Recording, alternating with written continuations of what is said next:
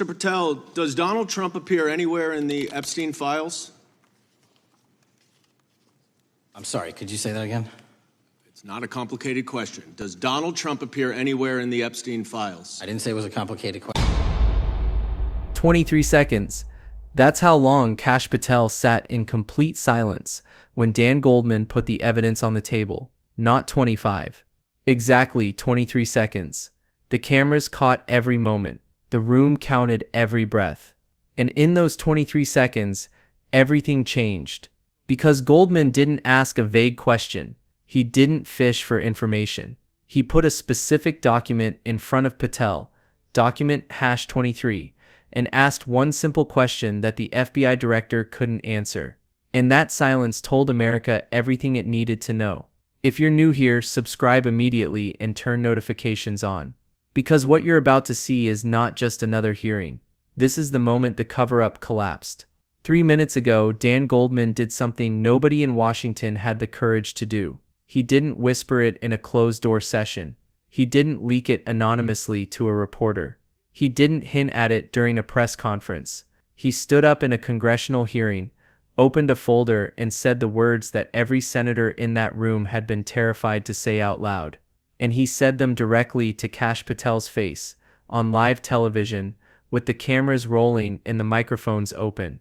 And Kash Patel, the man who has spent the last 11 months telling Congress and the American people that the FBI is cooperating fully with every document request, that there's nothing to hide, that the Epstein files are being handled with the utmost transparency and care, sat there and could not say a single word. The reason he couldn't say a word has everything to do with a name that has been connected to Jeffrey Epstein for over 20 years, a name that every person in that room already knew, but nobody, not one single senator, had been willing to say it out loud in a hearing like this until today. Watch this video until the very end, because what happens in the final 2 minutes of this hearing is something I have never seen in any congressional session I have ever covered. Let me paint the scene for you. Senate Intelligence Committee hearing room. The room was already packed when Goldman entered, every seat taken. Journalists standing against the back wall, cameras positioned at every angle. This was supposed to be routine oversight. Budget allocations, personnel updates, standard FBI director check-in.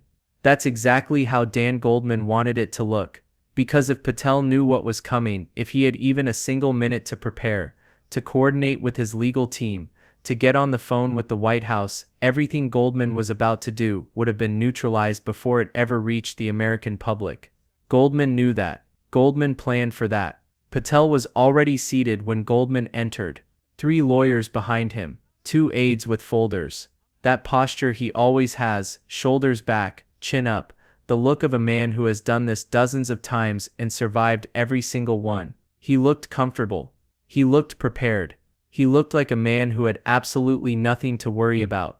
Goldman sat down on the other side of the table, calm, quiet, almost friendly. He nodded at Patel. Patel nodded back. Nothing in that moment suggested that what was about to happen would end careers, shake institutions, and force a conversation that Washington has been trying to bury for over a decade. The first 30 minutes were exactly what everyone expected. Other committee members asked their questions. Cyber threats, foreign interference, budget requests. Patel handled them with his usual efficiency. Short answers, no details. Running the clock. Then it was Goldman's turn. Director Patel, I want to talk about the Epstein documents. The room shifted. That subtle change in energy when everyone realizes something real is about to happen. The ones your office told this committee would be released on September 14th. The ones that have been sitting in FBI evidence storage for 6 years. The ones that contain information the American people have been asking about for over a decade. He paused. Where are they? Director Patel. Patel's jaw tightened. You could see it if you were watching closely. Just the slightest shift in the muscle right below his ear. Senator, as I have stated in previous testimony, the FBI is committed to releasing all documents that can be released within the bounds of our legal obligations and national security considerations. Goldman nodded slowly. That's not what I asked. I asked where they are. And here's where Patel made his first mistake. He hesitated. Not a long pause, not something most people would even notice. But Goldman noticed. The cameras noticed, and the room noticed. Because in that half second of silence, Kash Patel made a decision, and the decision he made is the reason everything that followed went the way it did. Goldman pulled out a document, single page, unclassified. He held it up so the cameras could see it clearly. This is an internal FBI memo dated October 3, 2025. It was sent from your office to the Classification Review Board. He looked at Patel. It instructs the board to delay the release of all Epstein-related documents that are currently scheduled for public disclosure. He set the memo down on the table. Would you like to explain this to the committee, Director Patel? Patel's lawyers shifted behind him. One of them leaned forward to whisper something. Patel didn't look at him. Senator, classification reviews are standard procedure. They happen regularly across all document categories. There's nothing unusual about a review timeline being adjusted based on operational needs. Goldman let that answer hang in the air for exactly 3 seconds. Then he pulled out a second document. This is a letter from this committee to your office, dated September 12, 2025.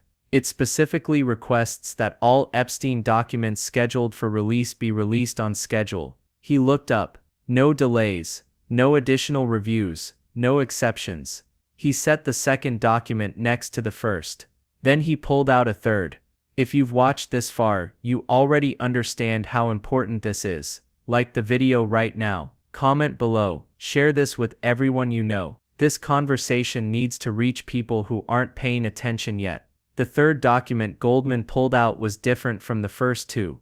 It was longer. Multiple pages, and it wasn't from the FBI.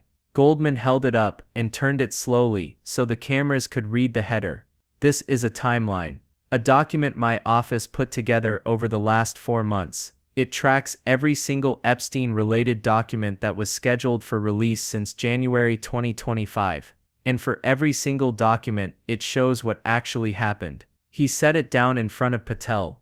Out of 47 documents that were approved for release, Director Patel, how many do you think actually made it to the public? Patel looked at his lawyers. They had nothing. No notes being passed. No whispered advice. He was completely alone. I would need to review the specific details. Senator, Goldman shook his head slowly. The way a teacher shakes his head when a student gives an answer he already knew was wrong. The answer is 11. 11 out of 47. He paused. The other 36 have been delayed, reclassified, or quietly removed from the release schedule entirely. He leaned forward. 36 documents, Director. That's not a delay. That's a pattern. And here's where it gets explosive. Because Goldman didn't just have the number, he had the reason. And the reason is a name. A name that appears in connection with Jeffrey Epstein in document after document, year after year, going back to the 1990s. A name that the FBI has been aware of for over 2 decades. And a name that, according to the documents Goldman's office obtained, appears in every single one of those 36 buried files. Goldman didn't say it yet. Not at that moment. He was building toward it. Because when you say that name in a congressional hearing, on live television, with the cameras rolling, you don't just make headlines. You make history. Goldman opened the timeline document to a specific page. I want to focus on one document in particular. Document number 23. This document was approved for release on September 5, 2025. It passed every legal review.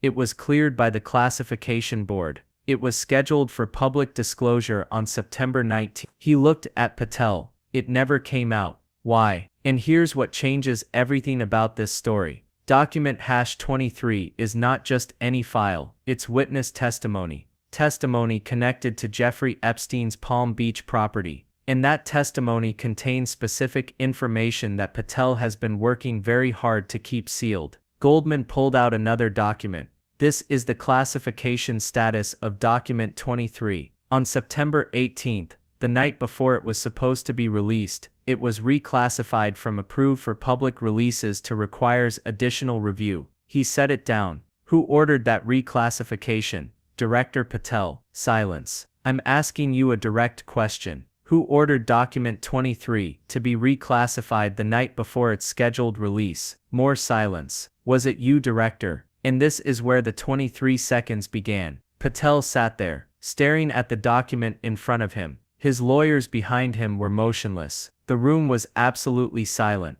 Every camera focused on his face. Goldman didn't fill the silence. He just waited. 5 seconds, 10 seconds, 15 seconds. Finally, at 23 seconds, Patel spoke. "I'm sorry. Could you say that again?" Goldman's expression didn't change. "It's not a complicated question, Director. Did you order the reclassification of document 23? I didn't say it was a complicated question. I just didn't hear you." It was the most obvious deflection anyone watching had ever seen, and Goldman wasn't going to let it stand. "Then let me ask you a simpler question, Director Patel." He pulled out one final document. "Does Donald Trump's name appear anywhere in the Epstein files?" The room exploded. Not literally, but the energy shifted so dramatically it felt like a physical force. "I'm sorry," Patel said again. "Could you say that again?" "It's not a complicated question. Does Donald Trump's name appear anywhere in the Epstein files?" Another pause. Not as long this time,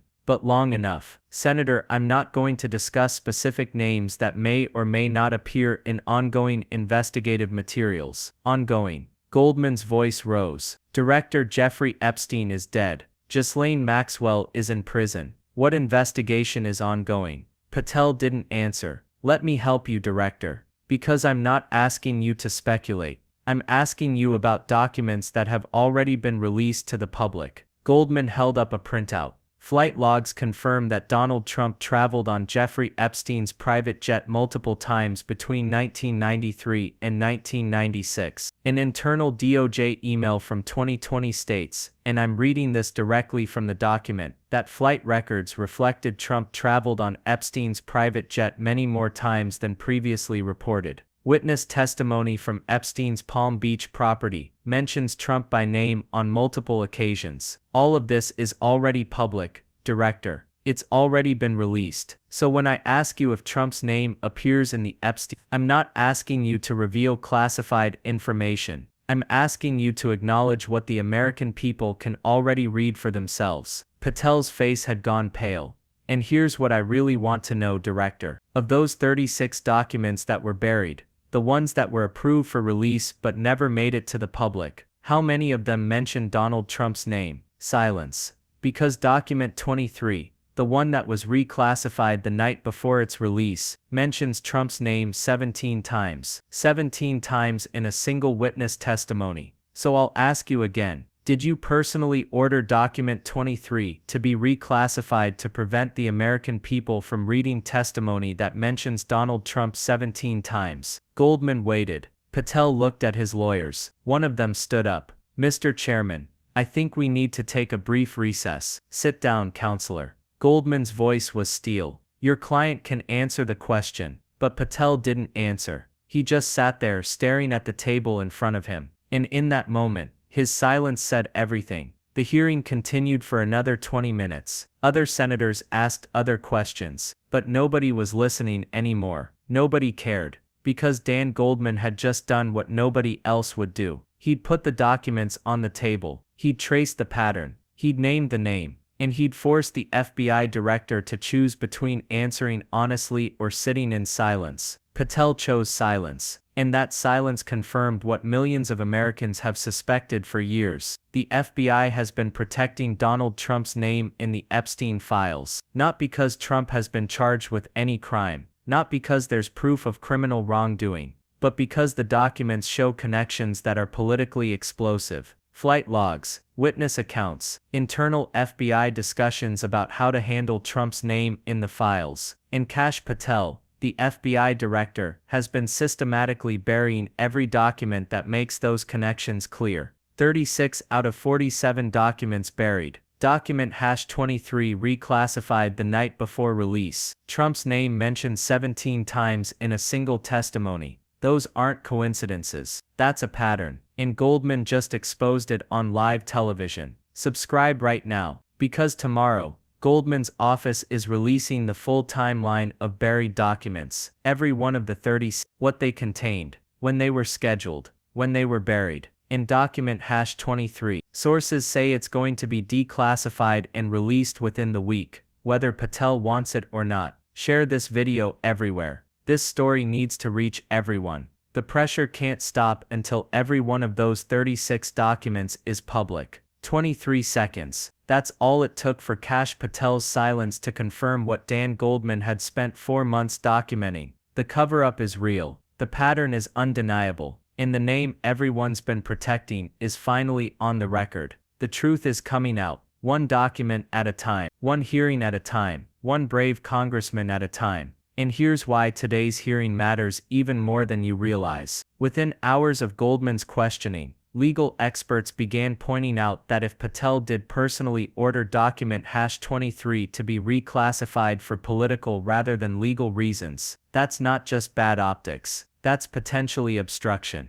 Federal law requires that classification decisions be made based on legitimate national security concerns, not political convenience. If Goldman can prove that document #23 was buried to protect Trump's image rather than national security, Patel could face serious legal consequences. And Goldman has the receipts. The timeline his office compiled doesn't just show which documents were buried. It shows the pattern of which types of information were consistently blocked from release. Documents mentioning Trump's flights on Epstein's jet, buried. Documents containing witness testimony from Epstein's properties where Trump was present, buried. Internal FBI emails discussing how to handle Trump's name in the files, buried. Meanwhile, documents that don't mention Trump at all, those made it through the review process without any problems. That's not random. That's systematic protection of a specific